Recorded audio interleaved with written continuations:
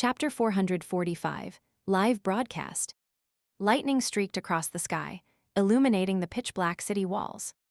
Carrying a leather bag on his back and the axe of Hurricane in hand, Derek Berg stood outside the doorway to a cave with nearly 10 of his teammates. Lifting his eyes up, he saw that, between the stone cracks of the city wall, the dry and hardened black soil was crusting, but a bunch of tenacious weeds had grown out. They were densely packed and resembled human hair. At that moment, he hurriedly withdrew his gaze and looked towards the city gate when he heard light footsteps. As the lightning and darkness alternated, a tall figure slowly walked over, carrying 2 straight swords which were crossed on his back. Then his pale, disheveled hair, his ancient eyes, his twisted, deep, old scars, and his perennially unchanged brown coat and flaxen-colored shirt entered Derek and the others' sight. The approaching person was the chief of the 6-member council of the City of Silver, Colin Iliad, a powerful demon hunter. After greeting him, Derek subconsciously looked at the chief's waist. There was a leather belt divided into many compartments, each with a different metal bottle inside. This was a symbol of an experienced and powerful demon hunter. Derek had previously heard his parents mention that demon hunters were good at discovering the weaknesses for different monsters, identifying the uses of various materials, and were able to use their special cogitation state against the former. With the latter, they could concoct corresponding magical medicine, holy ointments, essential oils, and special imprints. Then, through consumption, smearing, and using these items, they could achieve the effect of restraining the target. In a sense, experienced, knowledgeable, well-prepared, and sharp demon hunters were the nemesis of the vast majority of monsters. The amount and variety of small metal bottles at their waist represented their experience. Of course, this was only a portion of the demon hunters' beyonder powers. Just by relying on these, they couldn't be called demigods or saints. Colin looked around and confirmed that all the team members were present. He then said in a low voice, "Light up, let's go." 2 team members immediately lit the candles in their lanterns, letting the faint yellow light shine through the extremely thin leather. During daytime, when the frequency of lightning was relatively high, there was no need to use candles in the City of Silver as there was illumination every 2 to 3 seconds. Furthermore, the monsters in the nearby area had been cleaned out again and again. However, once they left the City of Silver and entered the darkness, they had to maintain sufficient candlelight. Otherwise, once the lightning failed to illuminate the skies, causing a dark environment that exceeded 5 seconds, there was a high chance for the team to suffer from an assault by certain monsters. Intense fighting wasn't the most frightening development. What Derek remembered so vividly was a story his parents had told him. Once, while they were exploring the depths of the darkness, because of a previous battle with a horde of rotting corpses, the candles couldn't be replaced in time. This led them to endure being engulfed in darkness for as long as 8 seconds. When the lightning flashed again and the candlelight appeared, they were stunned to see that only 5 of their original 8 teammates remained. The other 3 had vanished in silence, never to be seen again. Taking a deep breath, Derek gripped the axe of Hurricane tightly and walked in the middle of the team, following the chief in a predetermined direction. A bolt of lightning flashed, causing the plains covered in tall black grass to appear like an eerie oil painting. The exploratory team of 10 Beyonders walked along the path filled with craggy gravel, venturing deep into the black grass. The lightning subsided, and the dense darkness instantly swept over them, almost completely engulfing them. The yellow candlelight pierced through the leather and, weakly, swayed to and fro, guarding the surrounding area. East Borough, in a greasy and cheap coffee shop. In accordance with the previously agreed-upon appointment, Klein found Old Kohler, who was applying butter to his toast. He glanced at the crumpled cigarette on the table and smiled. "Newly bought." "No, it's from the past. I haven't smoked since, but I would always carry it with me, occasionally taking it out to sniff at it. Heh, this will remind me of that vagrant life of mine. Back then, I really felt like I could die at any moment." Old Kohler's tone carried a hint of fear. Klein took 20 soldi in change, which he had changed earlier, and pushed it across the table while sitting down. "I was very satisfied with the information from the last time." Without waiting for Old Kohler to give a modest reply, He turned his head and looked towards the counter. A loaf of oatmeal bread, 2 slices of toast, a block of butter, a serving of beef stew with potatoes, and a 1-pence cup of tea. Mr. Moriarty, didn't you have dinner yesterday? Old Kohler was stunned for a moment as he held the cash. Klein shook his head and smiled. I'll be very busy later and might not have time for lunch. He needed to pretend that he was active and serious. After all, he had received £100 from Prince Edisac. Old Kohler didn't ask any more questions. He looked around cautiously while stuffing the notes into his pocket. There are some results from the matter you previously asked me to find out more about.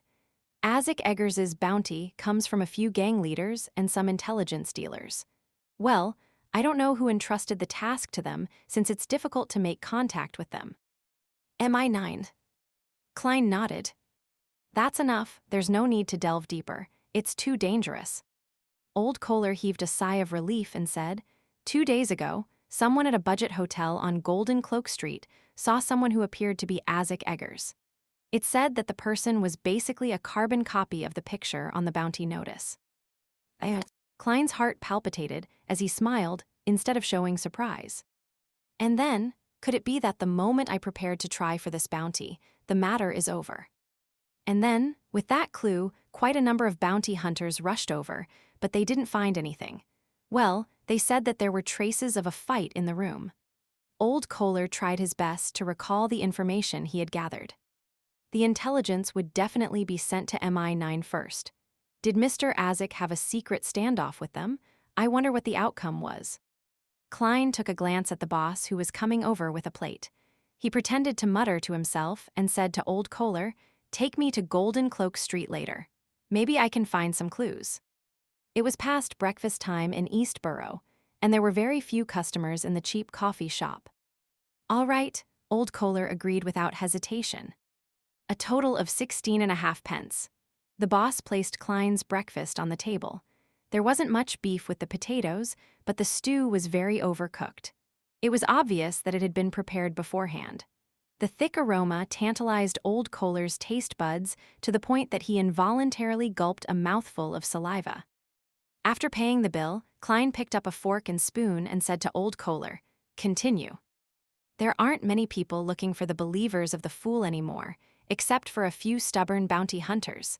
Many unemployed textile women, including some male workers, left Eastborough. Old Kohler went down a list of matters.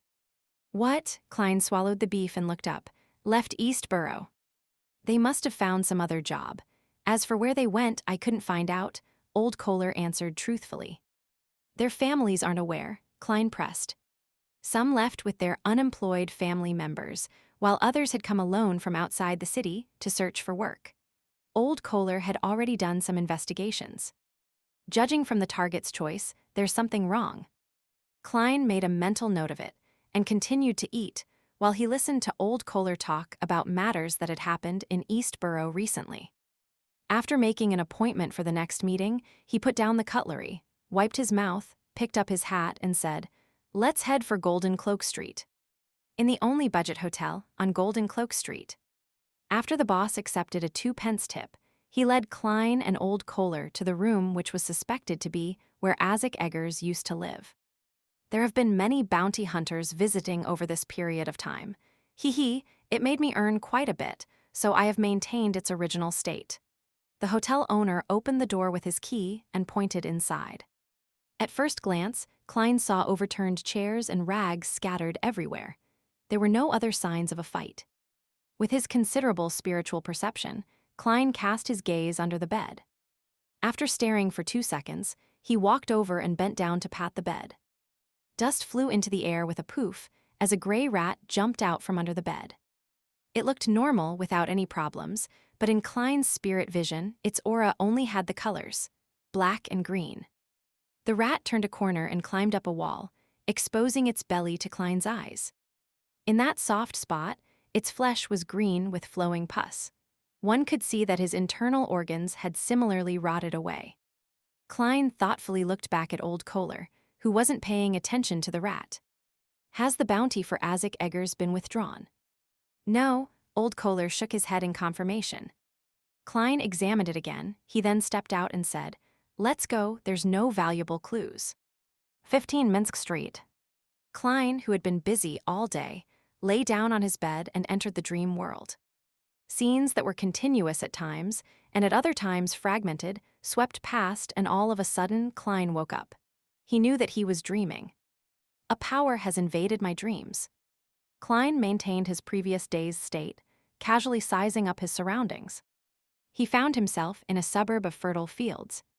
A river flowed over from the distance and made a turn around the cliff in front of him. One side of the cliff was bare, revealing a pure white rock. Looking from afar, it seemed to have a kind of holy beauty. Nearly 10 men and women wearing black coats or dark jackets surrounded a hidden underground entrance to the bay. Among them was Klein's acquaintance, Icancer Bernard. White Cliff Town, Stratford River Creek, Machinery Hivemind. Are they exploring the Ammon family tomb? But why would there be scenes of it in my dreams? Klein was puzzled. At that moment, he saw the water on the surface of the river undulate, rapidly forming a line of white words.